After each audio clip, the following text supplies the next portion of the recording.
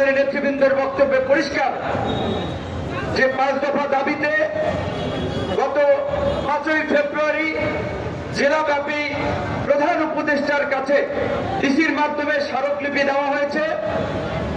আগামী 19 তারিখ জেলায় জেলায় বিক্ষোভ কর্মসূচির ডাক দেওয়া হয়েছে এবং একই দাবিতে আজকে ঢাকা মহানগর কর্তৃক এই বিক্ষোভ সমাবেশ এবং গণমিছিল।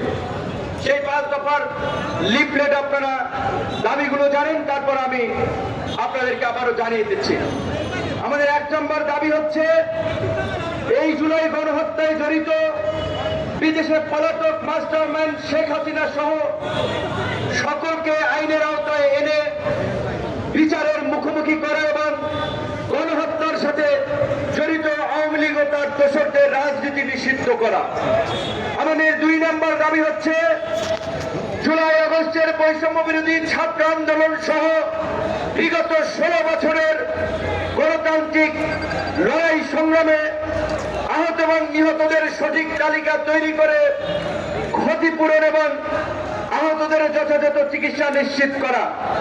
আমাদের 3 নম্বর দাবি হচ্ছে গণ অভ্যুত্থানের আকাঙ্ক্ষায় রাষ্ট্র সংস্কার ও নতুন বাংলাদেশ বিনির্মাণে জাতীয় ঐক্যমতের ভিত্তিতে কার্যকর সংস্কার নিশ্চিত করা এবং অনতিবিলম্বে দেশে স্থিতিশীলতা ফিরিয়ে এনে এই গণহত্যার বিচার সহ সামগ্রিক জন আকাঙ্ক্ষা পূরণে আমরা মনে করছি এই উপদেষ্টা পরিষদ ব্যর্থ হচ্ছে।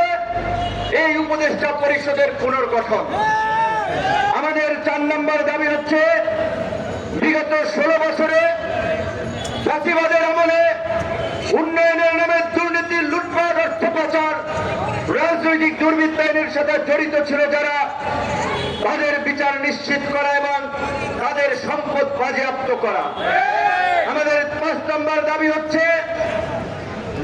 বিগত 16 বছরে ফ্যাসিস্ট হাসিনার রেজিমে যারা গুম, খুন, বিচার বহির্ভূত হত্যা সহ 2014, 18 এবং 24-এর ভুয়া নির্বাচনের আয়োজনের সাথে জড়িত ছিল তাদেরকে আইনের আওতায় নিয়ে আসা। আমরা খুব আশ্চর্যভাবে লক্ষ্য করেছি গণ অভ্যুত্থান পরবর্তী বিপ্লবী সরকার নিয়ে জনগণের আকাঙ্ক্ষা থাকলেও এই সরকারের মন্থর গতি, এই সরকারের সিদ্ধান্তহীনতা এবং একটা সিন্ডিকেটের সরকার গঠিত হয়ে জন আকাঙ্ক্ষা পূরণে তারা ব্যর্থতার পরিচয় দিচ্ছে। যার ফলে আজকে এই বিপ্লবের 6 মাস পরে ছাত্র কিংবা জনতা কাউকে যাওয়া লাগে এই গণ অভ্যুত্থানকারীদের আস্তানা ঘুরিয়ে দিতে, কাউকে রাজপথে নামা লাগে তাদেরকে গ্রেপ্তারের দাবিতে, কাউকে রাজপথে নামা লাগে তাদের নিষিদ্ধের দাবিতে। আমরা তো বন্দুকের নলের সামনে, কামানের সামনে নিজেদের জীবন সঁপে দিয়ে লড়াই সংগ্রাম করে এই সরকার গঠিত করেছি, এই সরকার প্রতিষ্ঠা করেছি। তারপরেও কেন আমাদের এই দুর্বৃত্তদের বিচারের দাবিতে রাজপথে নামা লাগবে, আমাদের কেন মিছিল করা লাগবে?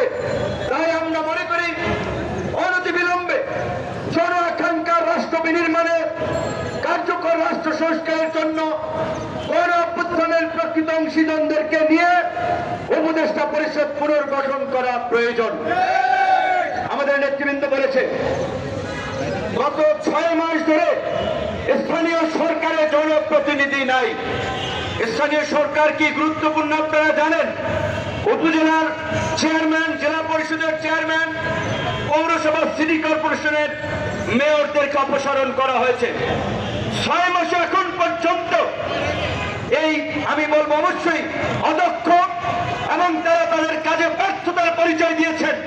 এখন পর্যন্ত স্থানীয় সরকার বিষয়ে কোনো সিদ্ধান্ত নিতে পারে নাই। 6 মাসে স্থানীয় সরকার ছাড়া একটা সরকার কিভাবে চলবে, কিভাবে শক্তিশালী ভাবে কাজ করবে?